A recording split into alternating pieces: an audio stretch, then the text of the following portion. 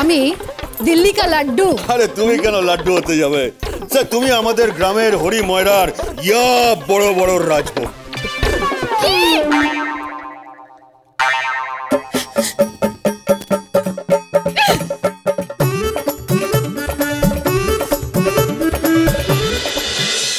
বরপুতুল, এটা হচ্ছে বউ পুতুল। রাম দে বলছি, দে আমার বরপুতুল দে, দে বলছি রাম, রাম আমার বরপুতুল দে, রাম দে বলছি। কি হয়েছে? তোরা ঝগড়া করছিস কেন? মারবি আন্টি, রাম আমার বরপুতুল দিচ্ছে না। বরপুতুল না দিলে বরপুতুলের বউ পুতুল থাকবে কি করে? আমার পুতুলের তো ঘর ভেঙে যাবে।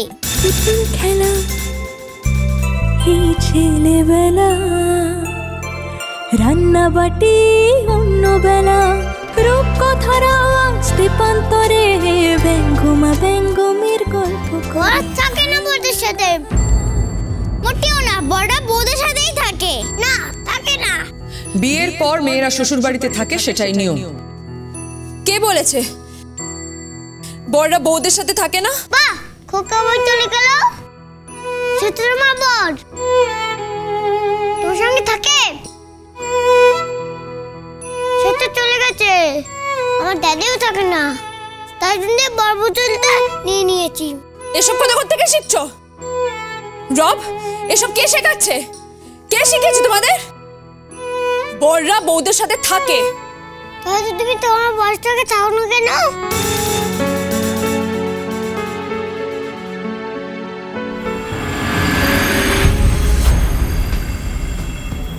ও প্রীত, তুমি? আর কোনো কথা নয়, আগের প্রশ্নের উত্তরটা দাও। বর বউয়ের সাথে থাকে না কেন? প্লিজ প্রীত, ওরা না হয় শিশু, কিন্তু তুমি তো এই প্রশ্নটা করো না। শিশুরা সরল বলে যে কোনো প্রশ্ন খুব সহজভাবে করতে পারে, কিন্তু আমরা এতটা জটিল যে একটা সহজ কথা সহজভাবে মুখে আনতে পারি না।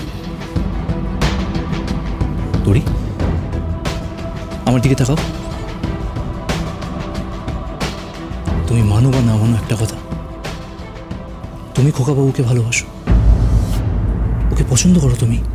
স্টপ ইট, স্টপ ইট, চুপ করো প্রীত, চুপ করো। চুপ না করলে কি করবে? আবার চড় মারবে তো? মারো, চড় মারো। আমি তোমাকে ভালোবাসি, আমি তোমার দু একটা চড় সহ্য করতেই পারি, কিন্তু তুমি